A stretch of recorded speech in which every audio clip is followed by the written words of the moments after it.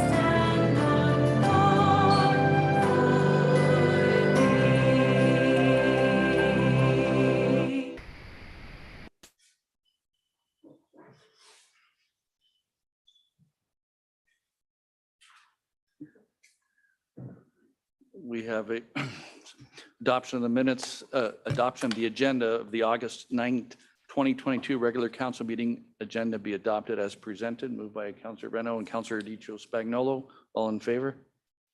That carries. Thank you. Any disclosures of pecuniary interest for items on the agenda? Councillor Carrick. Thank you, Your Worship. On section I, item 1, Walden Road Environmental Assessment Update, family business. Thank you. So noted. Thank you.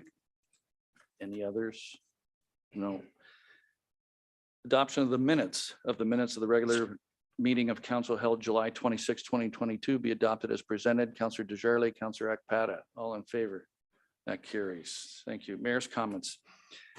It's interesting. We have an award of merit this evening, but we received an email, the fire department, the police department, from a lady who she was in an accident with her sister, and she sent an email to congratulate the police and the fire for the compassionate and caring manner in which they handled the incident.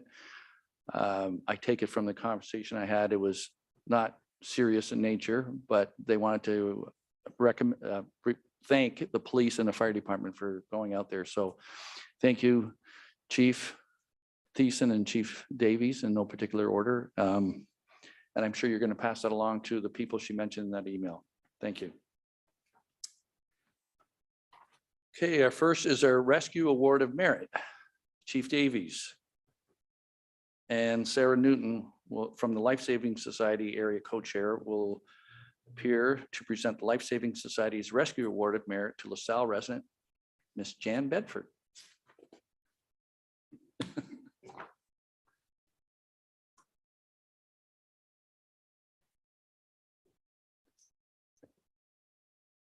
Good evening, everybody.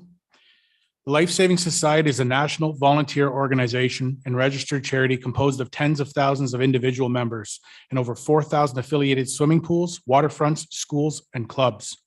The society has been teaching water safety and water rescue in Canada since 1896. Its mission is to prevent drowning and reduce water-related injury. The Life Saving Society's Rescue Award of Merit honors individuals involved in water-related rescues, as well as Life Saving Society award holders in non-aquatic rescue situations. Presenting on behalf of the Life Saving Society are Sarah Newton and George Turnbull, representatives for the Windsor Essex area. I'd like to welcome them forward along with Jen Bedford, please.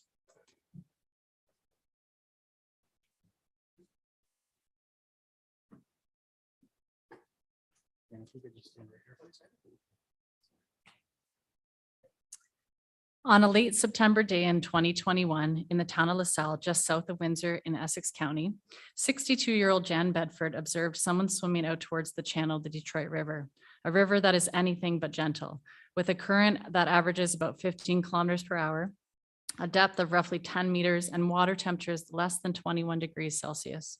Jan knew that if the swimmer reached the channel, they would likely perish, so she acted quickly.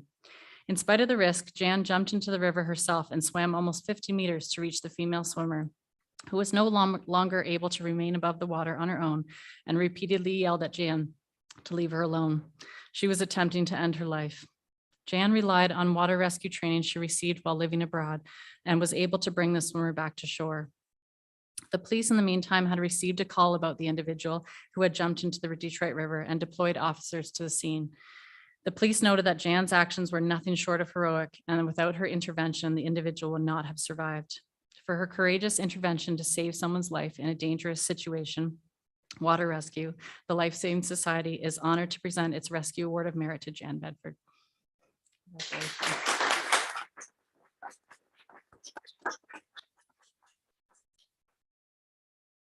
Mayor Bondi, Deputy Mayor Malash, and members of council. Oftentimes, when faced with an emergency, those of us on the sidelines may respond in a number of ways or not at all. Some may witness a situation and not recognize it for the emergency it is. Some may think that a person in distress may be acting or playing and stand by to watch, video record, walk away, or drive on. Some may witness an emergency situation and think to themselves that somebody should do something. Others may witness an emergency situation and say to another, someone should do something. Few may witness an emergency situation, set aside their own personal safety and act. Having a heart of compassion causes us to go from thoughts towards to action out of a genuine care for the health and safety of another human being.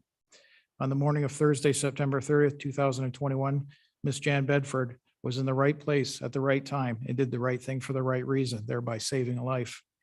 Thankfully, she was both capable and willing to act, and in doing so, saved the life of another.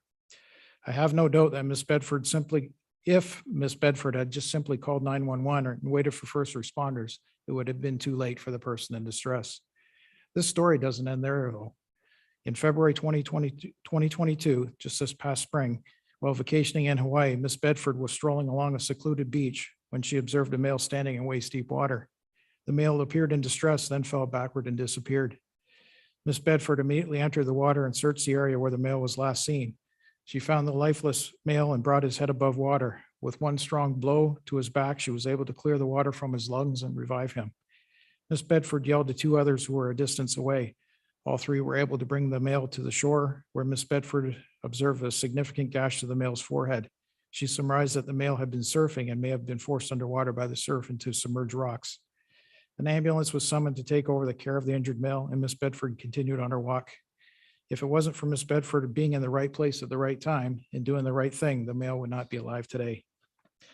I am both honored and privileged to participate with the Life Saving Society in presenting Miss Bedford with this Rescue Award of Merit, along with the Chief Citizens Award coin recognizing her heroic actions. Congratulations, Jan.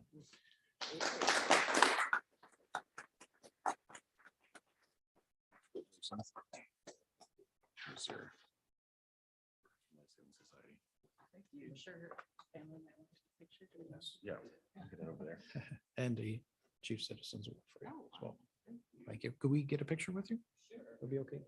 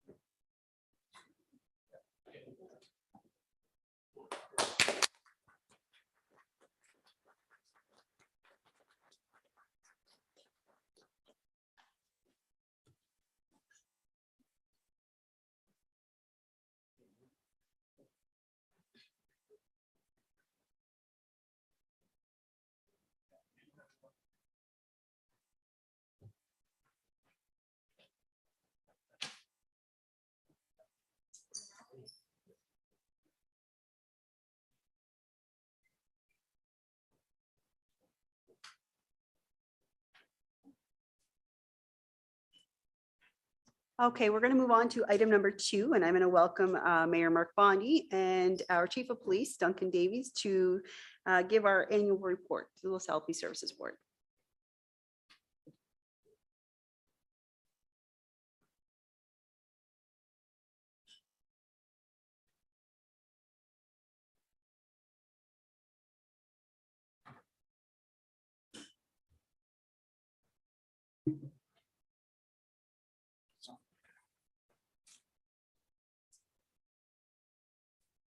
Okay, members of council, I'd like to present you the 2021 annual report for the LaSalle Police Service, describing the activities of our service over the last, the last calendar year, 2021.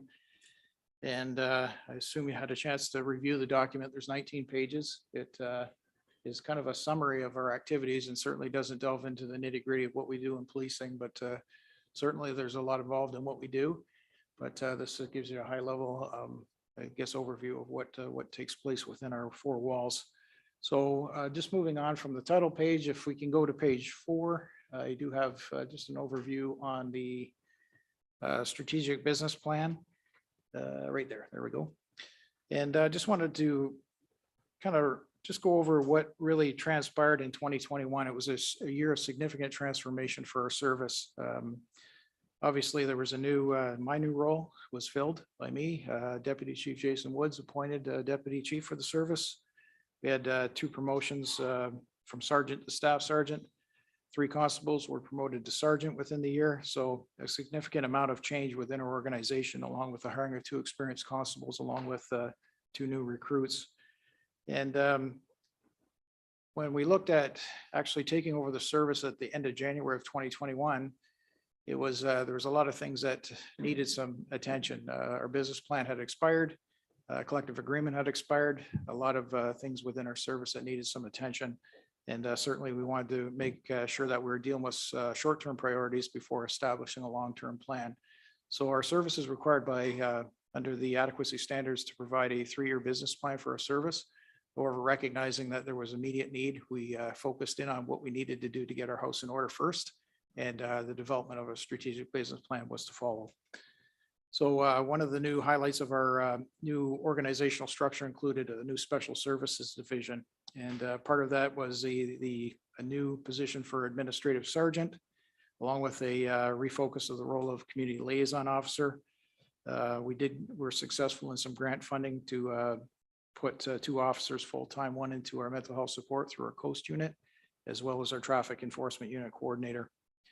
And our attention was devoted to specialty unit deployment. So our administrative sergeant is basically taking a lot of the role of our frontline staff, I guess, to kind of explain what we do at our service.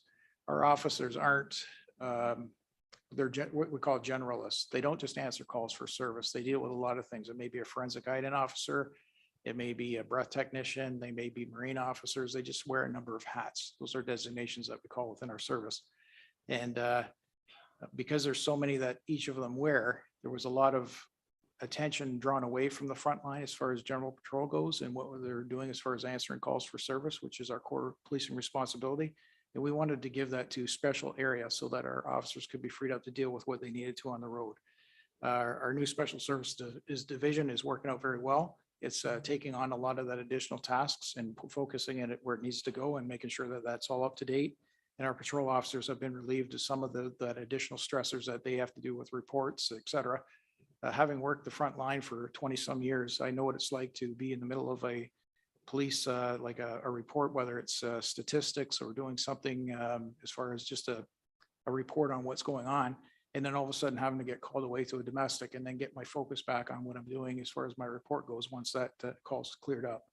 So psychologically, that has an effect on people. So again, to take some of that stuff away from the front line and give it to a special area was very helpful. And again, it refocuses the attention on our core policing responsibilities.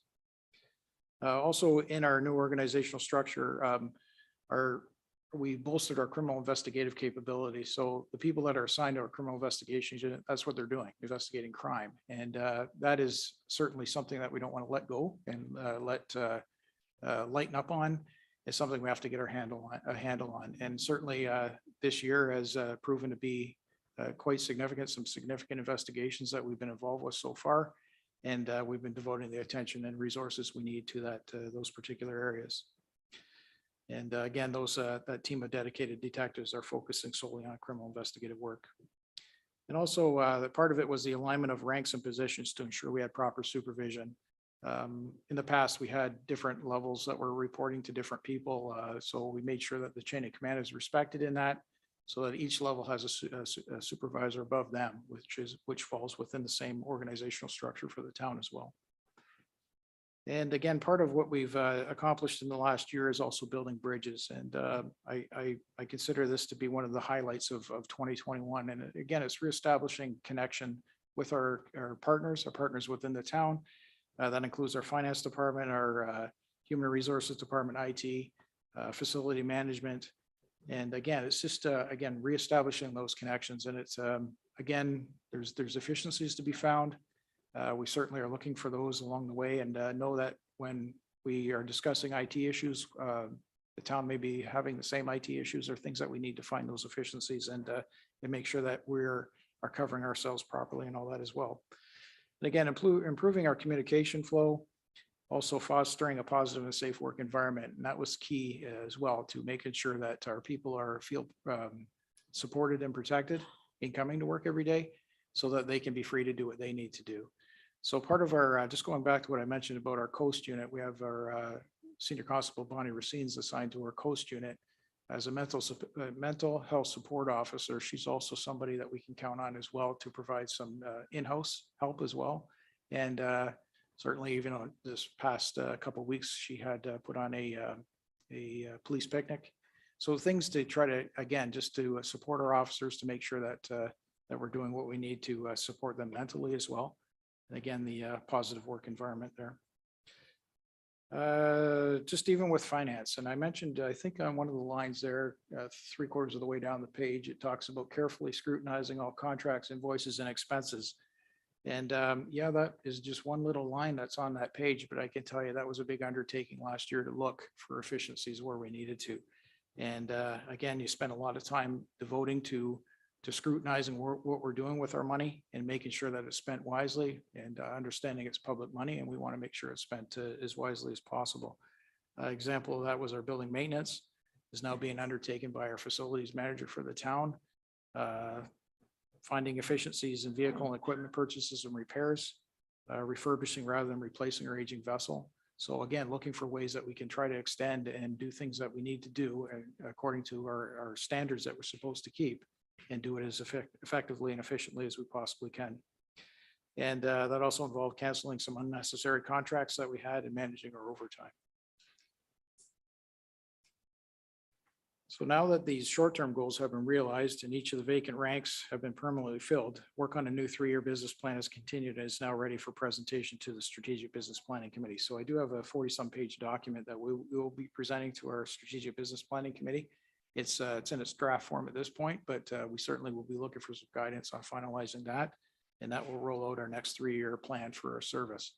And again, if you look at the analogy of building a house, we don't want to start with the 2x4s. We have to actually start at the foundation and say, okay, let's get our house in order. Let's get everybody in the right place.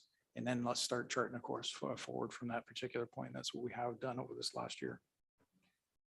Just moving on to page 5. Next page, please. That just speaks to our mission and our goals and objectives, which have remained the same for a certain period of time. And when it comes to our mission, this past summer, or sorry, last year in the summer, I think it was July or August, I'd actually put up on our wall our mission statement. So when you walk down the hallway, the main corridor of our police service, you'll see 3-inch lettering up on the wall, our mission statement. And the purpose behind that is so that our members know when they're out there or when they're going about their daily activities, they can look up and say, this is what my purpose is today. And it remains the same. It's consistent all the way along. In fact, one thing that the Ontario Police College has done for new recruits is they're supposed to bring their mission statement for their police service to the college, and they have to memorize it and understand exactly what that means, because that's their job every day as to what they're doing. Moving on to page 6 and 7. 6 shows our organizational structure, and 7 will show the officers and where they're assigned currently. And that kind of gives them just an overview of our people. So when you hear names, you know, and see where each officer is assigned at this particular point. And then moving on to page 8, as I mentioned earlier, talking about designations and each of the roles the different roles that many of them have. So when you look at that list, we may have officers that have 12, 15 different roles that they play up there, or designations that they have. So they may be a specialized trainer in a certain area and do IDENT work, and also, help out with health and wellness, different types of investigators that we have. But all those are necessary to run our police service. And that's a big undertaking, because there's training involved in that. In the policing world, we call it KSAs, which means our knowledge, skills, and abilities. And each has to be competent in each of those areas that they've been assigned to. Moving on to pages 9 through to 15, it talks about our different services and divisions, and provides just an overview of the divisions on the 3 sections, being your senior leadership, operations, and administration. So if we could jump ahead to page 16, please. Right there. And that talks about our quality assurance and, our feedback that we get from our public on our, we don't want to just take for granted that we're doing what we're supposed to do. We want to hear back from people. And certainly our feedback has been very positive. In fact, up on the annual report, it does specify some of the comments that are mentioned from the public when they're interviewed about the service that they were provided.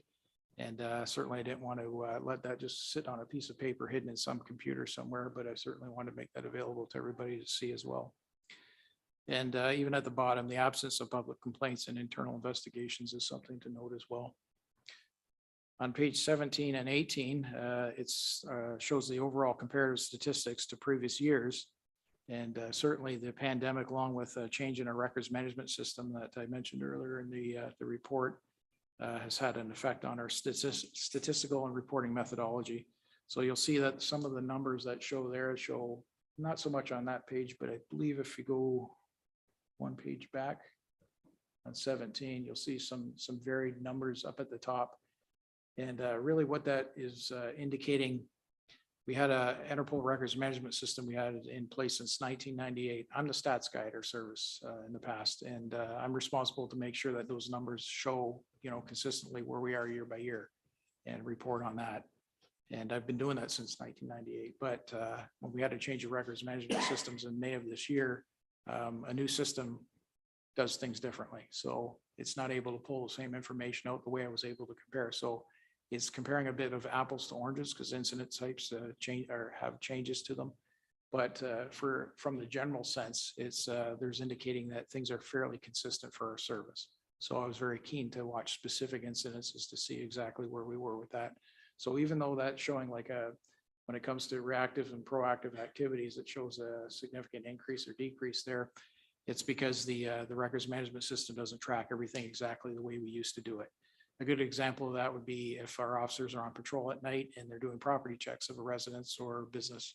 And what we used to do is that used to be called in through the radio. The dispatcher would log that information and it would get counted.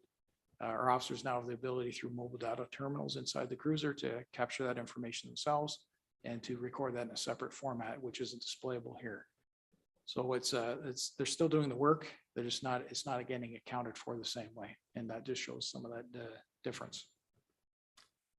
And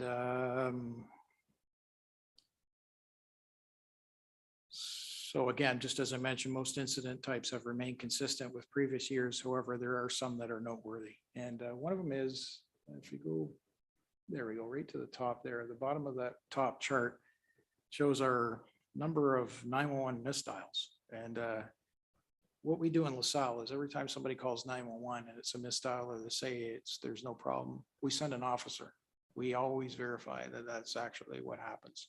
Not all services do that, but we do that in LaSalle because not always everything appears as it is. And many times we went to calls in the past where there was a domestic assault that occurred and somebody had called, but they didn't want to say it in front of the partner when we got there. And we were able to sort that out when we needed to. So those things do occur, but you look at the significant change. We went from, what was it, 2018, 359 to 600 and something in 19 to 9 something. So obviously 300 and something every year. And then we're now at 1,256 for 2021. So this is something that obviously these numbers help to determine how we're going to do things. Our community liaison officer is also able to get the message out through social media to let people know, hey, 911 calls, kind of be careful with your pocket dials, that kind of thing. Or if there's not a problem, you certainly, we're still going to attend. It isn't going to change the way we do our business because we still want to verify that everything is okay. There's also been a slight increase in violent crime. So if you go to page 18, go back one.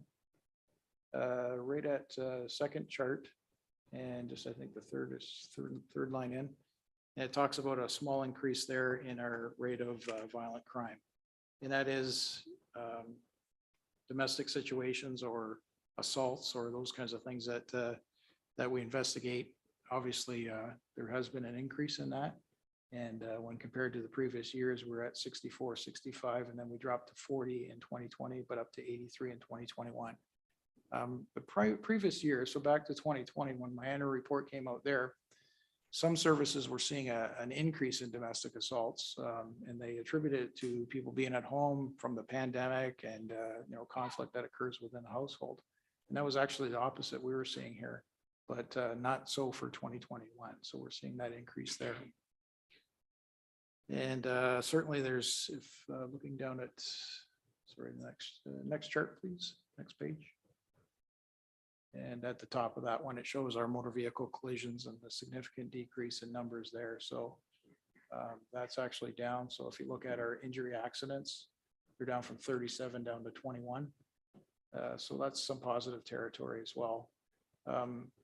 In the past, I've used the correlation between the amount of charges that are later warnings that are given to the number of motor vehicle collisions, but I see that my theory on that is skewed this time because even though our enforcement actions are down, so is that motor vehicle collisions. And again, the pandemic has had an effect on every department and we're no different. So how that's factoring into this remains to be seen. But I can tell you that in 2022, we are busy and it's increasing. So, and again, if you look at the crime trends at the bottom, our 6-year average crime trends indicate that in 2021, we're below our 6-year average for violence and property crimes, yet above for lawless public behavior. And just moving on to page 19, the financial report, you'll note that there has been some savings on wages and benefits, but it's been offset by increased costs, and that's attributable to IT contracts, building maintenance and utilities, insurance, telephone, and vehicle repairs. And if you can just go back one to page, I think it's 18. One more, please, to 17. There it is, right at the very bottom. Bottom of page 17, it talks about our crime severity index rating and ranking. And in 2018 and 2019, we're in the area of 26, 26.46 and 26.70 on the crime severity index. That's something that Stats Canada uses to measure the rate of crime in the community. And that's considered very low at that rate there. And you could see that in when you look at the ranking for 2018, we were considered 9th safest out of 321 reporting police agencies across Canada. And in 2019, it was at 11. And in 2020, we were third safest. And 2021, I'm pleased to report on Tuesday, August 2nd, 2022, the Canadian Center for Justice and Community Safety Statistics released information on the 2021 Crime Severity Index for 326 municipalities with a population of 10,000 or greater. I'm pleased to report that LaSalle has been ranked 323, meaning it's ranked fourth safest in the country. And our crime severity index was 20.7 on that scale. So I personally would like to thank Mayor Bondi, Deputy Mayor Malash, members of Town Council, members of the LaSalle Police Services Board, members of town administration, including town staff, members of our police service, including our policing partners, and members of our community, including all those who live, work, and play in LaSalle. And for it is our collective effort and cooperative spirit that has contributed in a significant way to us consistently having one of the lowest rates of crime in the country. Thank you. Thank you very much, Chief Davies. Mayor Bondi, anything you want to add? The chief is too humble to say this, but he did do some cost savings with the help of our finance team, but he led the discussions or started them, as well as he used the analogy, we're building a new house, you don't start with 2x4s, but you need a good foundation. We have that with Chief Davies and Deputy Chief Woods. So with them leading, I think the house will be built strong. They have a good team back there. They're now 2 extra staff. COVID's over, people are back to work, and congratulations on being the 4th, and we'll continue to work higher as long as we stay in the top 10. I think we're in the right spot. So thank you, Chief. Thank you, Mayor Bondi. Members of council, any questions, comments? Councilor Reno? Thank you. Chief, you talked about in your presentation about, getting back and connecting with the community, with your partners and things like that. And I just wanted to recognize someone in the room. I don't talk about people behind their back, but when he's over in the corner, I'm going to talk about him. I, as many people know, am a Cub Scout leader, and I had the opportunity to take my kids out to the Volmer one night, and we were doing bike safety. And this skinny guy on a bike comes wheeling by, and he stops, and he took over my meeting, and he talked to all the kids, and he talked about the importance of their helmets and the importance of their bikes working right and fitting right. And my kids were talking about your deputy chief for probably a month afterwards. And it was a very, it's something, we talk about when they talked about in the life-saving presentation, when Terry said, in your mind, or I'm sorry, you said in your mind, do I do the right thing? Do I call somebody to do the right thing? There is no question. He jumped right in, and he was on his own time. He didn't have to do that, but that really shows the community of our police service and how they feel about the people in our community. And I'm very sure that it wouldn't have mattered if it was me there or just any leader. I really do believe that he would have connected with those kids as he has his entire career. So a thank you to Deputy Chief Woods for that, and for sharing that spirit, I'm sure, with the rest of the force. Thank you. Thank you, Councilor Reno. Councilor Carrick? Yeah, I'll just be brief, but positive. I was in the same chair Mark was in, I think probably 2010, before the 2010s, as a counselor. And what I see from what's going on in this report and everything, you guys have come a long way and done a great job. So keep up the good work. And I'm sure we're all very proud of you and what we do in all our services. So thank you for that. Thank you very much. Members of council, there's a recommendation in front of you. I will move it. Councilor Desjardins? Support. Councilor Riccio Vignola, all in favor? Fantastic. Thank you very much.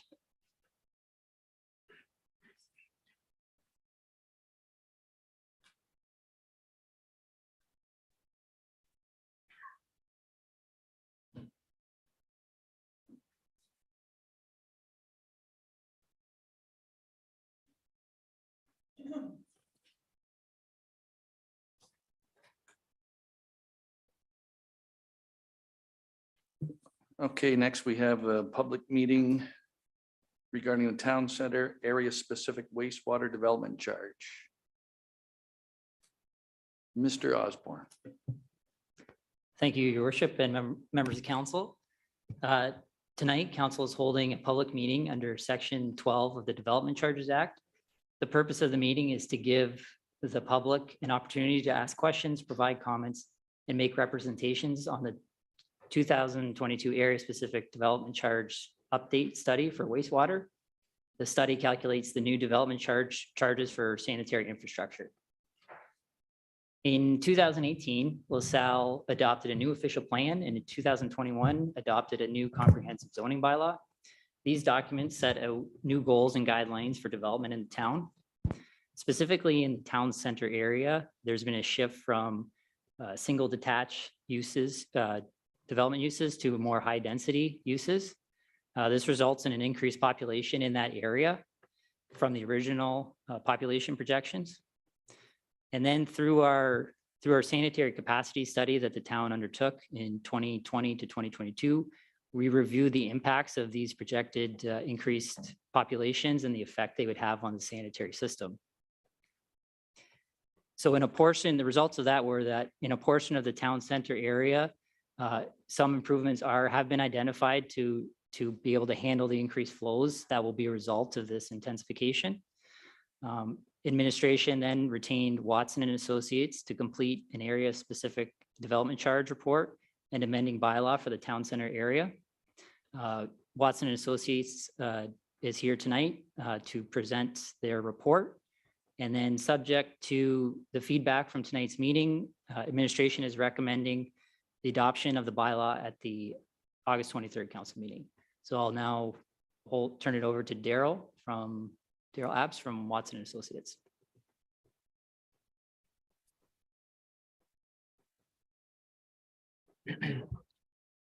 Thank you, Jonathan, and thank you, Mayor and Council. It's a pleasure to be here this evening.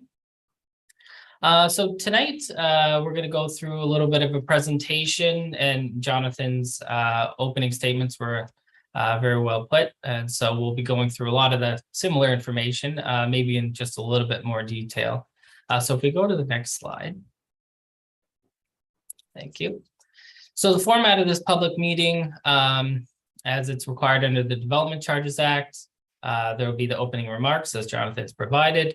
There'll be this brief presentation that I'll give on the proposed policies and charges. If there's any delegations or presentations or questions from the public, they can speak as well. And if there's any questions from council, I'll be on to address any of those questions. And then we can formally conclude the public meeting. Next slide, please. So the purpose of this public meeting is really to present the findings of the background study and those proposed policies and charges, and receive input from council and the public. This meeting is required under the Development Charges Act, and so we're holding this meeting to meet the requirements of the legislation. And in addition, we've had to prepare a background study, and this background study laid out the growth identified, the infrastructure required to accommodate that growth, and as well the proposed charges, and which also included a draft amending bylaw. And so part of the requirements of the legislation is that the background study must be available to the public and on the town's website a minimum of 60 days prior to council's consideration of the bylaw. And so we've met that requirement as the background study was posted on the website on June 15th. Next slide, please. So this DC update study, so it's really an update study which really amends the town's current DC bylaw 8501. And the purpose of this amendment, as was stated, is to establish an area-specific charge for specific infrastructure, wastewater infrastructure required for the town center area. And in a little bit, I'll go through a map of the area and a little bit about that infrastructure. So for the study process, we began this back in February of 2022. We met with town staff and undertook the calculations, and up until June, we prepared the background study and posted that on the website on June 15th. This evening is the public meeting that's required under the legislation. And then council's consideration of the bylaws anticipated for August 23rd. So the purpose of development charges, just to recap from what we presented as part of the townwide DC study back in 2020, is development charges are really used to recover the costs associated with growth in the municipality. And that's both residential and non-residential growth. So, as you grow, you're going to have more people, more demand for services, and that's going to require infrastructure. And so development charges are really to recover the costs for that infrastructure that is required for growth. One of the things we like to highlight is that if you think about within a subdivision, there are costs that are normally the responsibility of the developer of that subdivision. So if you think of a traditional subdivision, you have internal roads, and under those roads, you have the water mains and sewer mains. Generally, those are constructed or paid for by the developer. The development charges are really the broader infrastructure to bring the services to that development. And so municipalities are empowered to impose these charges through the Development Charges Act.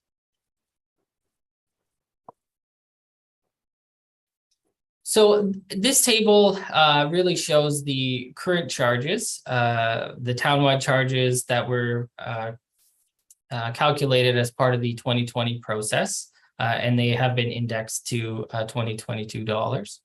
And so I'm not going to go through all of the numbers here tonight, but if we focus on the single and semi-detached dwelling charges, you'll see the townwide services, the total is $19,445 for a single or semi-detached unit. In addition to that, if you're in the urban area and you're serviced with wastewater, there's an additional $2,379 charge. So that brings the total urban area charge to $21,824. In addition to that, if you're in the Reum sanitary service area, there's an additional $2,513 charge, which brings the grand total to $24,337. So similar to how we approach the calculation for the Reum sanitary service charge, we will be presenting today the calculations for the town center area charge. So just to highlight the area that was considered as part of the development charge update calculations. And so we referred to it in the bylaw and throughout the study as the town center area. And so it's located in the north end of town and southwest of the Highway 401. Next slide, please. So as was mentioned in the introduction, this area currently consists of low density residential development. And so with the changes to zoning, there's going to be intensification, high density residential developments. We're going to see some apartment buildings. And so since the existing infrastructure was sized to accommodate about 1,000 people, it's going to need to be upsized or upgraded, made bigger to add capacity for up to 4,660 additional people and approximately 125 employees, as there are some mixed use developments anticipated in this area. Next slide, please. So the capital infrastructure that's required was identified through the Stantec report that was prepared earlier this year, and that was the sanitary sewer system capacity study. And so the infrastructure identified has been presented in 2020 dollars. So we had to bring everything back to the dollars that we prepared the background study in. And so what we're looking at is a total of approximately $3.65 million in capital costs. And then we've made a deduction of about $919,000.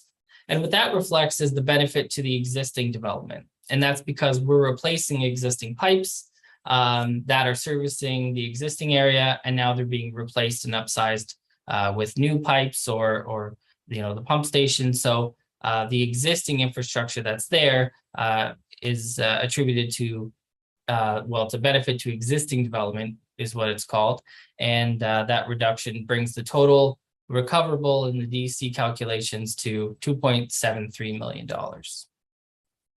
And next slide, please. So just this slide just shows a quick summary of the calculations.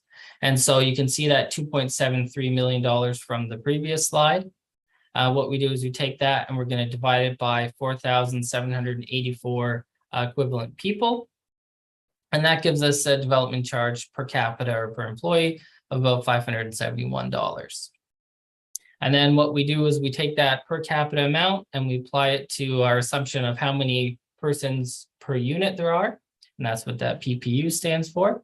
So for singles and semi-detached dwellings, the assumption is there's about 3.14 people per unit on average. So the development charge for the single detached dwelling is $1,793.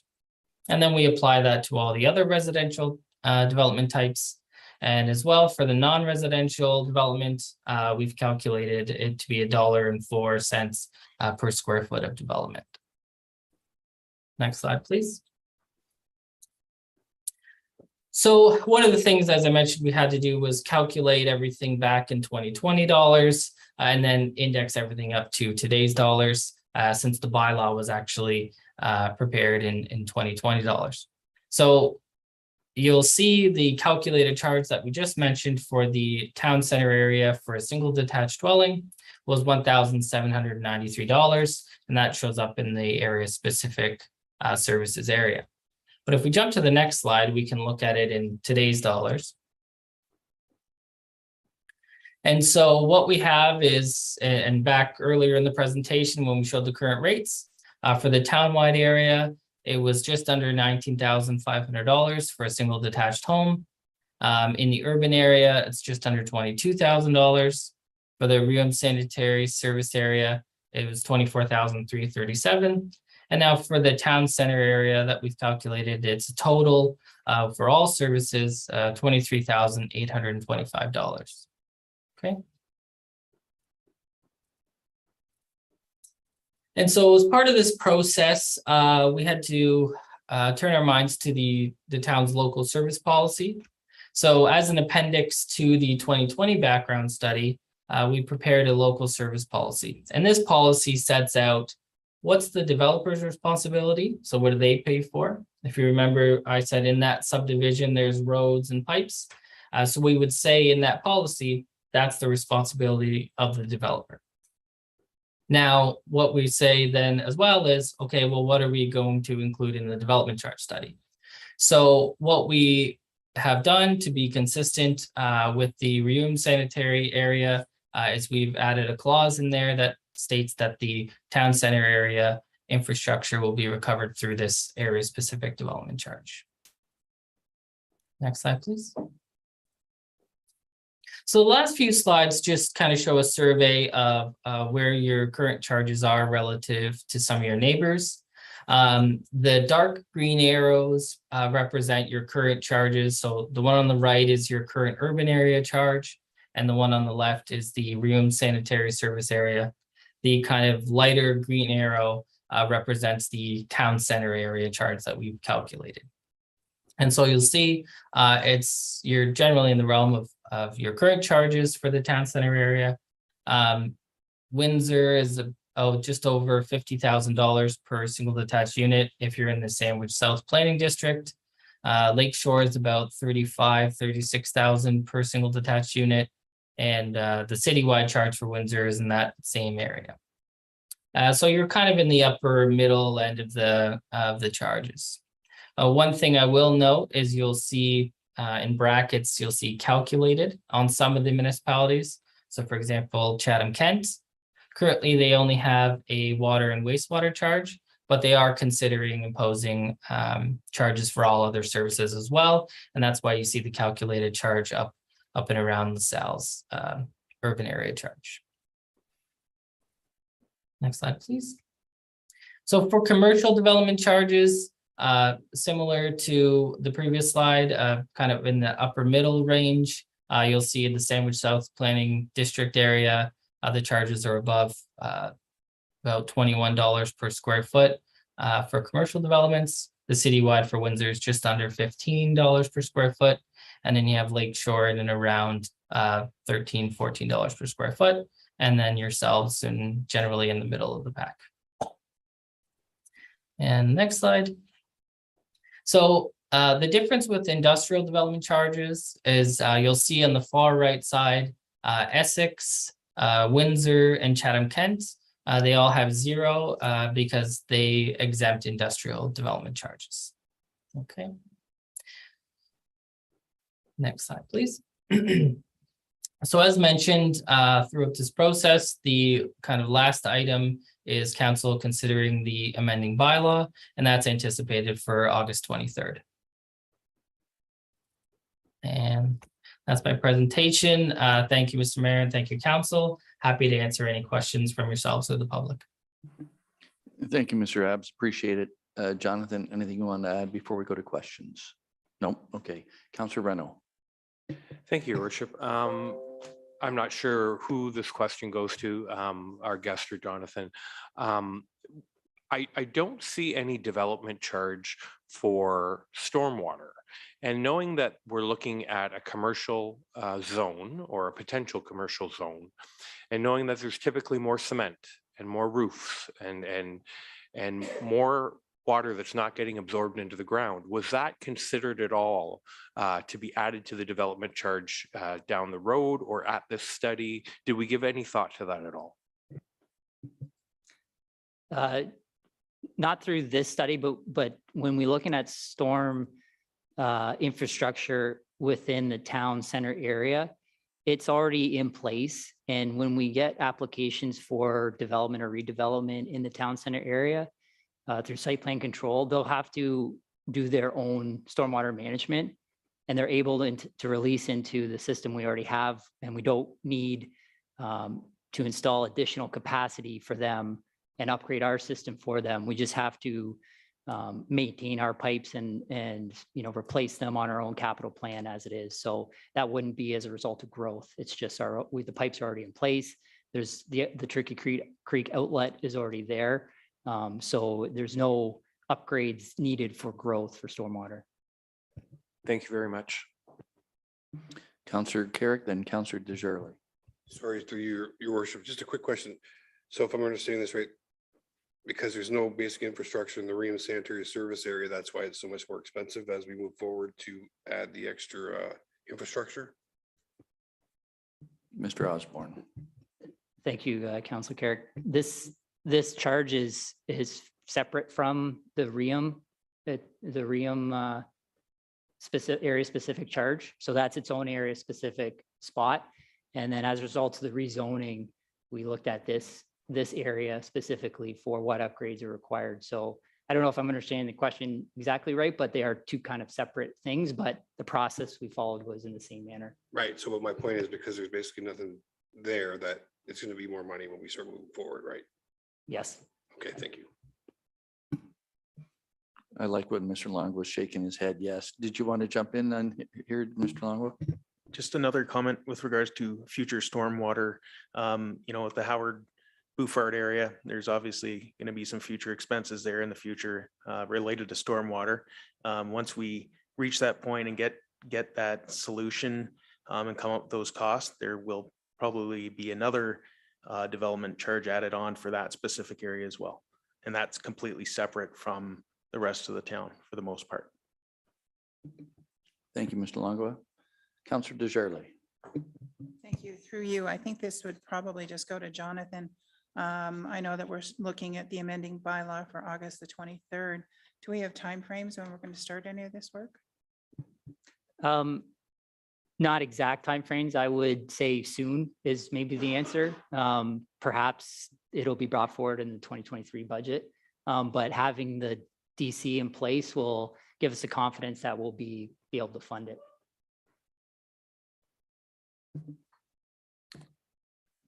Councillor Reno. Just one supplemental question.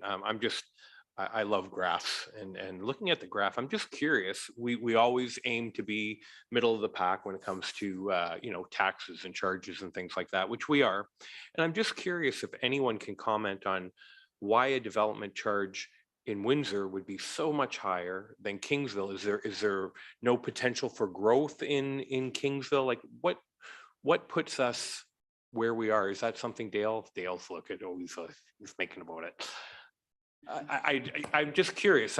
I'm just always amazed at how the development charge can be so much higher in the city. And I'm just wondering what leads to things like that. Oh, Mr. Militia is going to take this. Okay, Mr. Militia. I think, again, it becomes down to a raw calculation. And the development charge number that you'll see is a direct function of the infrastructure that they are going to put in the ground. So our charge is what it is based on the value of the infrastructure that we're putting in the ground or we are proposing to put in the ground over time. And so in some of those other areas, their requirements are more or less depending on a certain area. So some of it has to deal with geography. Some of it has to deal with certain segments. Some of it, quite frankly, may be a position that the local council takes with respect to subsidizing growth versus our approach is that growth pays for growth. So it's a combination of all those things. It's not particularly one item or another. I will say that in some jurisdictions, they have recognized that there is a lot of work to be done. And they have also recognized that perhaps placing that on the existing tax base poses other challenges when it comes to tax rate setting. And so while the development side of things, it may be a bit easier for them to buy in, have their customers buy into the system and pay that upfront cost as part of a mortgage payment or whatever those might be, as opposed to trying to push those costs off to the general tax base. So there's not a one size fits all answer. It's dependent on certain areas. It's dependent on certain kind of philosophies and positions of the local councils. Thank you, Mr. Militia. Anything you want to add, Mr. Langua? Nope. Thanks. I assume that was the answer. Thank you. Okay, council's pleasure. Moved by Deputy Mayor Malash, support by Councillor Carrick. All in favor? That carries. Thank you. No reports or correspondence for council's action. We have 5 items under information items to be received. Motion to receive. Deputy Mayor Malash.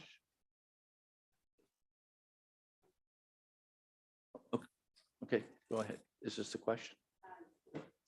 Sorry. Item number 1, I wasn't sure if we were going to discuss it this time or if we should pull that. And then item number 3, the Q2 council meeting attendance, if we could discuss that.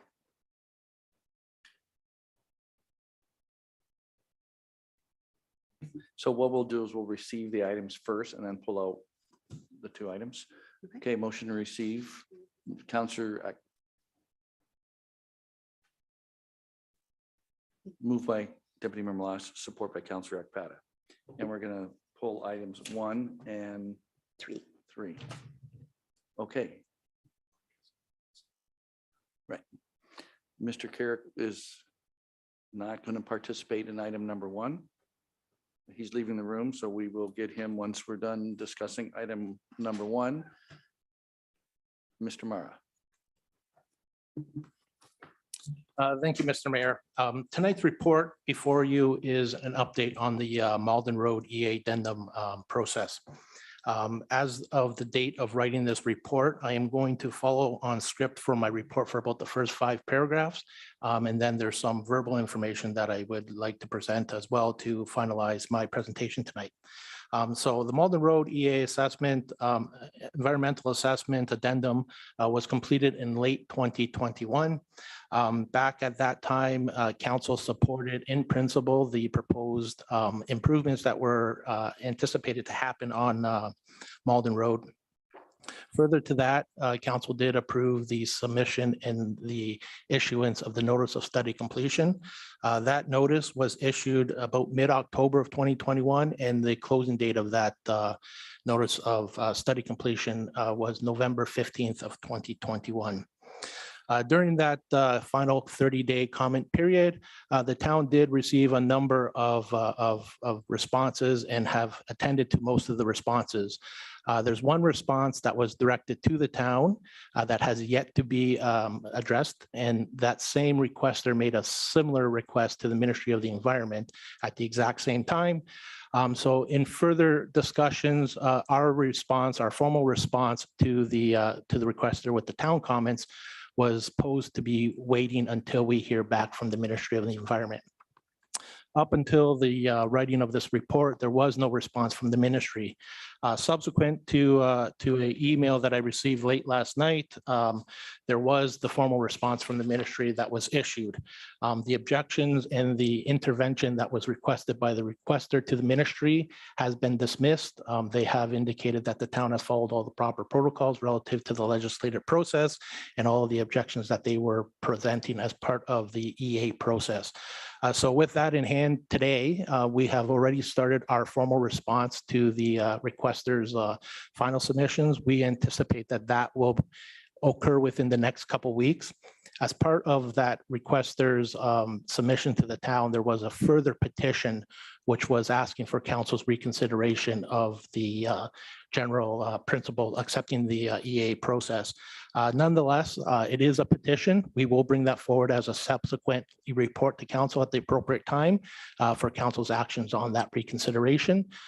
Certainly, there is some implications relative to if should council reconsider, and that will be further explained in the subsequent report.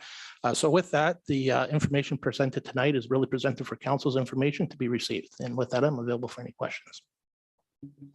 Any council questions? Councillor Akpata.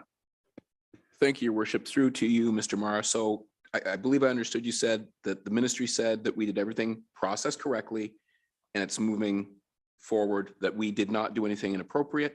We followed the legislation and everything has been done in accordance with the standards. That is correct. Thank you, Mr. Mara. That's it, your worship. Thank you, Councillor Akpata. Council's pleasure. Moved by Deputy Mayor Malash, support Councillor Dicho Spagnolo. All in favor? That carries. Thank you. We'll just wait a second till Councillor Carrick returns.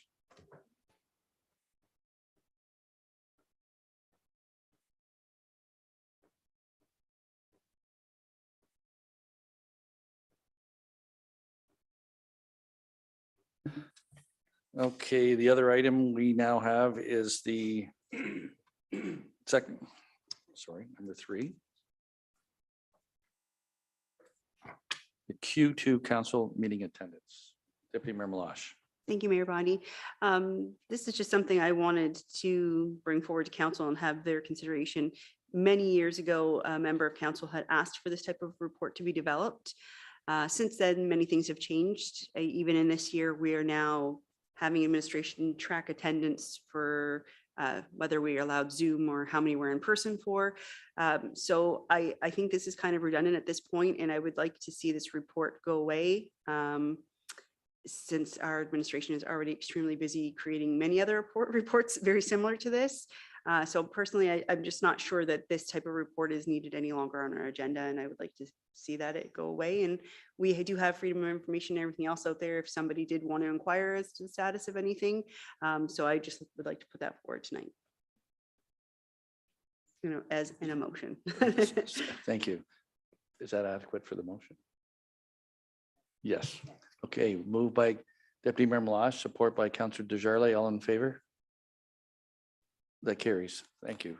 Anybody against? I'm sorry. Okay. Just making sure. Thank you. Okay, bylaws. We have 4 bylaws. Oh, yes, sorry. We have 4 bylaws that require 3 readings. 80-20, 87-24, 87-25, 87-26, and 87-27 on all 3 readings. Councillor Akpata and Councillor Carrick, all in favor?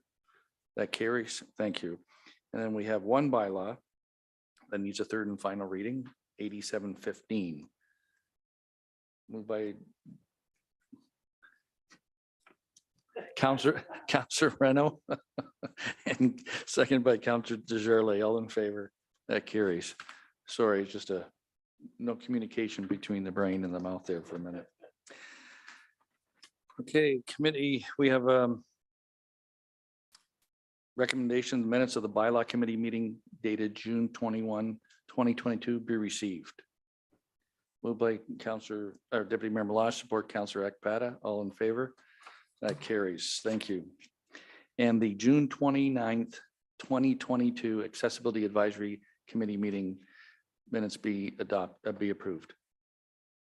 Counselor Desjardins and Counselor Carrick, all in favor? That carries. Thank you. Questions and or statements by council members? We have Deputy Mayor Malash, Counselor Carrick, or Counselor Ekpata, and Counselor Desjardins. Thank you very much, Mayor Bondi. So I have two items this evening, and I may be advised to make more of a notice of motion, and if so, I will do so. But at this time, I'll ask simply a question. The first one is brought by a few residents who live in the Morton Matchett area. Wondering if we will be doing a study anytime soon regarding that intersection and the potential of installing additional stop signs or any other traffic measures that we could put in place due to the number of accidents. So through you to Mr. Marai or to Jonathan or Mr. Osborne. Okay. Thank you for the question. We have done traffic studies at that intersection before and signalization warrant studies, and it hasn't met to date. We did just, I think, pick up some traffic counters the other day by our staff because we did some new counts just to update the information. My prediction is that it still won't, the number still won't warrant a signal there. A four-way stop wouldn't be a recommendation either from administration, as Matchett is a main collector road, and it would not be the ideal treatment there. Someday when Matchett, when Matchett ever gets upgraded through potentially an EA or something, that's when we would likely look at signalization. But in the meantime, we'll continue to look at the traffic volumes at the intersection to see if signals are warranted. But up till now, they haven't been.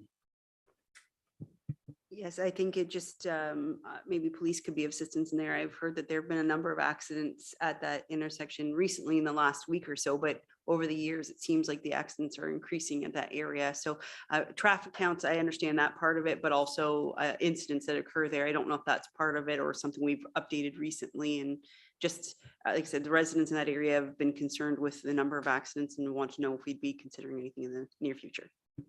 And I'll just add on that there's the Matchett portion of it, but at some point in time, Morton will need to be upgraded as well. So either Matchett or Morton, when we look at either of those roads, that may be the time to look at potentially a signal. Mr. Mara.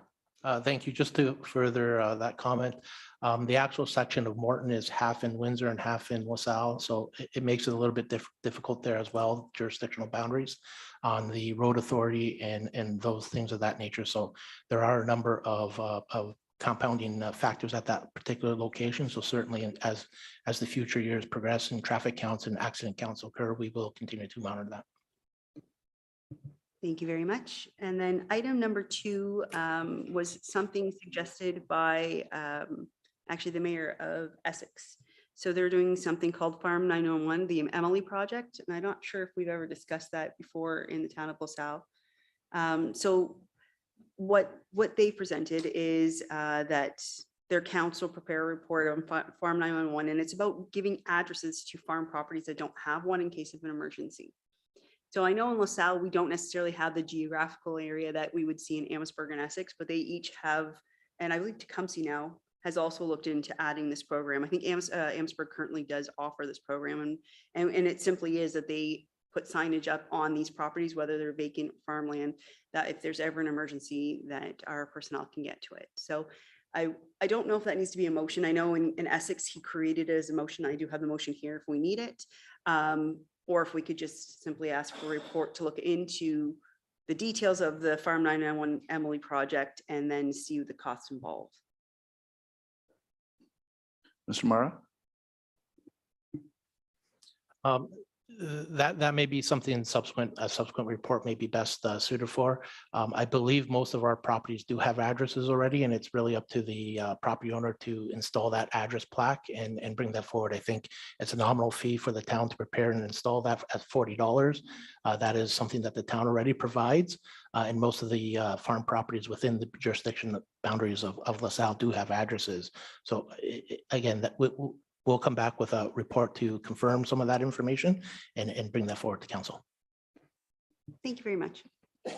I believe the reason is in those municipalities, there's a lot of outbuildings on farm properties where maybe there was a home at one time and now there's no home. So if there's a barn fire, how do you know where to get there? We don't have, I'm just going through my mind, I don't know if we have any residences left that do not have a dwelling or the barn's been sold. So there's be no structures without a home there.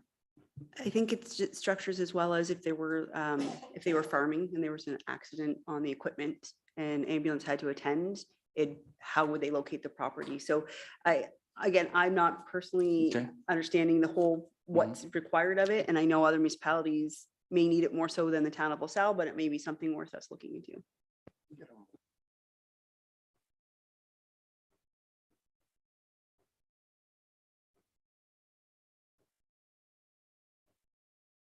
Okay, so I would like to, I'll read the motion that, or what he's put forward, if you'd like that. Is that best for you? Okay, so putting forward a notice of motion to be discussed at an upcoming meeting, whereas farm accidents can occur in most remote locations, making it difficult for first responders to easily locate the situation. And whereas EMS recognizes there to be a flaw in the system as not all rural properties entrances have signage. And the town would consider trying to create addresses for all properties, whether they're vacant or occupied, with signage to assist in emergency situations. Seconder? Second, the motion, I want Okay, Councillor Carrick. clarification of all properties, because all houses and everything else has signs. So just some clarification around all properties. All farm properties Okay. that don't currently have an address to it or signage. Okay, I just don't want to make extra work left. Yeah. Okay. We might want some clarification on all farm properties. Mr. Mara? Thank you. One of the things that really just popped into my brain right now is we have a number of old registered plans that are owned by multiple property owners. I think, and they're all on unopened right of ways. So assigning addresses and concurrently or combined, they form one farm parcel that a farmer may farm, but it's over a dozen, 2 dozen, 3 dozen properties on unopened right of ways. That may become a bit problematic for some of the areas, certainly in and around between the Volmer and the town center here, between Malden and Disputed. That area is probably particularly difficult. And then there's also some areas in our wooded areas that may be problematic. So again, we can come back with a report. We'll have to provide some mapping to show council what the struggles are within our jurisdictional area. But certainly there may be a different treatment between properties within the urban boundary and treatments for properties outside the urban boundary. But some of those situations of subdivided lands and things of that nature with old registered plans also exist outside of the urban boundary as well. So there are a number of concerns. So certainly you'll see a farm field and there'll probably be more signs out in the farm field than beans, and that may be problematic for the farmer. So we'll have to determine how best to deal with that. Thank you, Mr. Mara. Next, we have Councillor Ekpata. Thank you, Your Worship. I have two, one for Mr. Osborne. Mr. Osborne, recently I attended out in the area of Monsignor Caron and met with some residents and a colleague from another municipality on a proposed CWATS trail. And I just wanted to get some input from you as to how long proposed, what does proposed mean? And if you have some insight, it's along a rail track. And I understand that rail track might still be in use. It might be eventually going to be put aside. But the residents' concerns that they brought to me was to get their children safely to Monsignor Caron and along the road.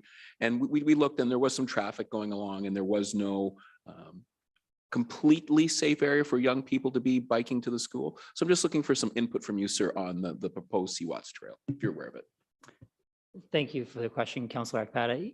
Yes, the ETR tracks are shown on both the CWATS master plan as well as on our Town of LaSalle active transportation master plan as long-term potential pedestrian facilities. But that's on the, caveat that the ETR is no longer in service and somebody takes ownership of that property. So it is identified on those plans as a potential pathway, but it's nothing, I would say, in the short term or nothing in stone, really. So that's the story behind that one. Thank you, Your Worship. Second question is for Ms. Finero. Ms. Finero, most recently we had a Remembrance Committee meeting and we saw a mock-up, a proposed veterans parking sign that resonated with the members of the committee. And I'm just wondering if you have some insight into, might it be possible to get those signs done? And I realize that timeframes and approvals, might it be possible to get something done for Remembrance Day? It was, because again, it resonated with everybody at the table, and it's something that I've seen done in other municipalities. And not that we need to follow, I want us to lead. And we have an anniversary coming up for this Remembrance Day that perhaps if we could get something together, it may enhance the Remembrance Day ceremony. So just some input from you on the progress of the potential, the approval process, and where we may or may not be. Ms. Finero. Thank you for the question, Councilor Akpata. I will defer specifically to the process for establishing those parking spots to Mr. Mara or Mr. Osborne, but certainly if it is something that we can, in terms of timelines and approvals, we can get done, that's certainly something we could incorporate into the ceremony. And I think probably the signs themselves could be done, but I am not familiar with the process to designate a parking spot. Mr. Mara. Thank you, through you, Mr. Mayor. Typically, those parking spots are designated through our parking bylaw. So currently, we don't have anything identified in our parking bylaw for veteran spots. Should council wish to implement courtesy spots, which are not going to be enforceable, that is something simply that council can make a wish to do at a council meeting. And certainly we can turn around and have those signs prepared. Those are typically done in-house and designate a few spots for that and paint them accordingly. But they would be simply courtesy aspects and courtesy spots without any ramifications for enforcement. So that if council wishes to designate a number of spots here, a number of spots at various locations, certainly council can give us those directions. And if there is a certain time frame that council is wishing to proceed with, we can certainly try to work within that time frame to get those signs up. Thank you very much, Your Worship. For expediency, I'll follow up with Mr. Mara just to bring the comments from the committee to his attention. And then that way he can do what he does to see if we can meet a timeline rather than artificially setting one right now. Thank you, Your Worship. Councillor Desjardins.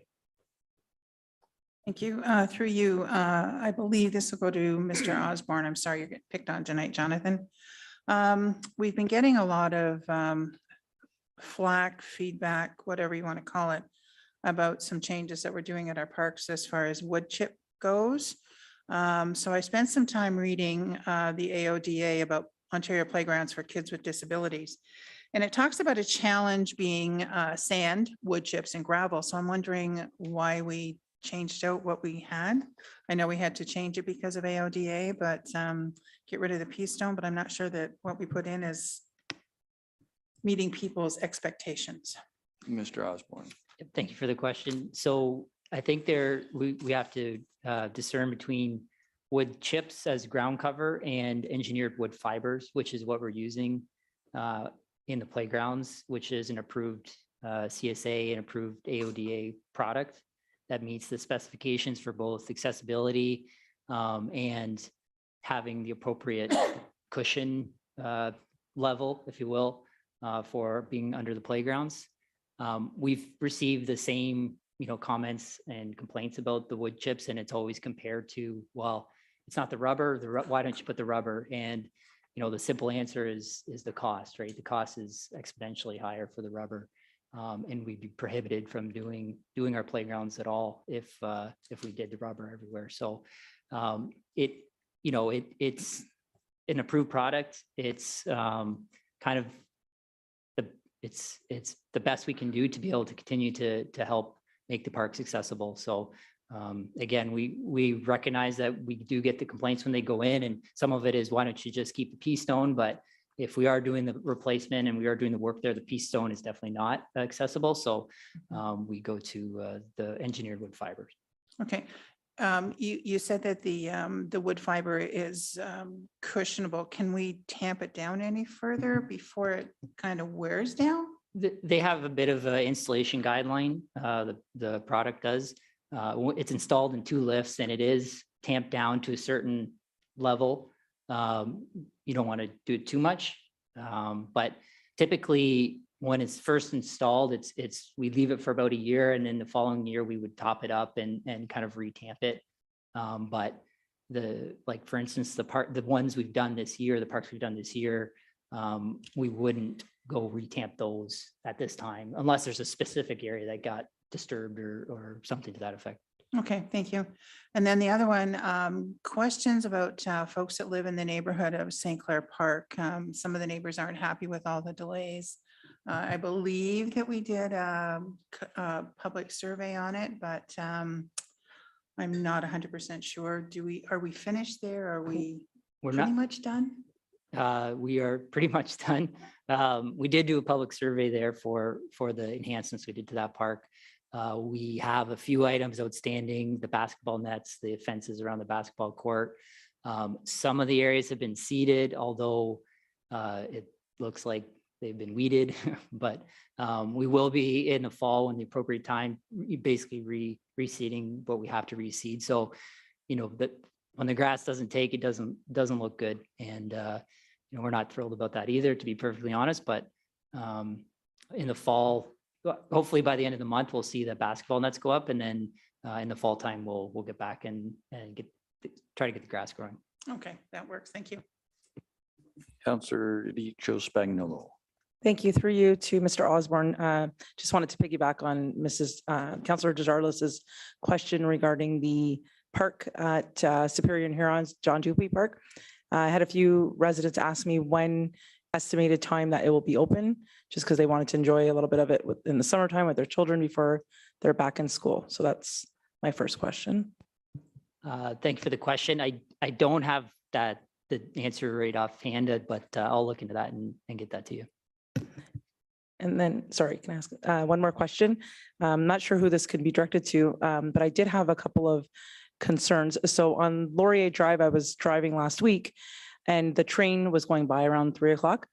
And coincidentally, somebody else was nearby and they had texted me when I got home, and they made a good point. Why is there no railing that goes down? Because there were cars that were going past the tracks, even though the lights were flashing, and children on bikes. So it did bring something to my brain right away. And then coincidental, that person texted me as well. So I wanted to bring that forward to see why there is no crossing guard things that Mr. go Osborne, down. you're the star tonight. The rail authority really takes care of those intersections, and it's basically based off of traffic volumes and the type of road. So I don't think with any of our volumes we meet their guidelines for what the traffic arms would be. They kind of do the review and maintenance of those approaches, and that really lies with them on if those were needed or not needed.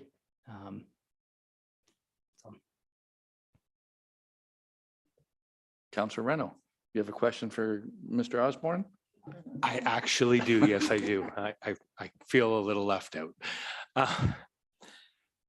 Mr. Osborne, going back to the engineered wood fiber, we all know that it is the one of 2 items that are CSA approved, which is appreciative, and I appreciate that it's been put in 4 more parks this year. My question is concerning some pictures that have been floating around of how fluffy the actual surface is at this point. And it's my understanding, in order to meet the CSA and to meet the accessibility guidelines, it has to be tamped down. And I'm just wondering, have they all been successfully tamped down at this point? Is there more tamping to do? Because it just doesn't seem wheelchair friendly at this point. Any comment on that? To the best of my knowledge, they have been tamped when they're installed by the installer. But we can review them as well. And if there's any specific locations, you can let me know and we can make sure that they are, or if there's spots that aren't, we can take a look at them. To be fair, I believe the pictures are coming from John Dupuy Park. Mr. Mara, did you want to take Jonathan's airtime? No, just in addition to Mr. Osborne's comments, the product is to achieve two aspects. One, to make it accessible for people with mobility devices. And the second one is to cushion a fall when a child falls. So it does have to meet a bit of softness and a G value, which is a gravity, which is a value of a certain weight drop from a certain height to not exceed a G value, basically a force on the child's head when they do hit the ground or their body. So certainly it's a balance between those two items. We get our parks inspected annually. Those values do come out and we do test. So certainly we will take a look. But if it is specific to John Dupuy Park, certainly that one is still in the process. There is an asphalt trail to go in there as well to get the mobility devices from the road to the playground as well. So we're currently finalizing that as well. So there is more work to come at Dupuy Park, but there is a balance between the product of providing the proper accessibility for mobility devices as well as cushioning the fall for a child who may fall from the playground. I appreciate the response. If I could make one small request of administration, if by the end of the year, if we have 4 that we have retrofitted, for choice of better words, if we could get a report on them and the success of the finish in those parks, that would be great.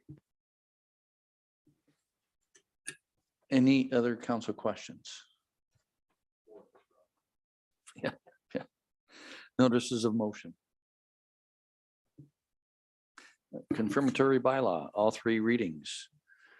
Counselor Desjardins and Counselor Akpata, all in favor? That carries. We have our schedule of meetings. Thank you, everyone.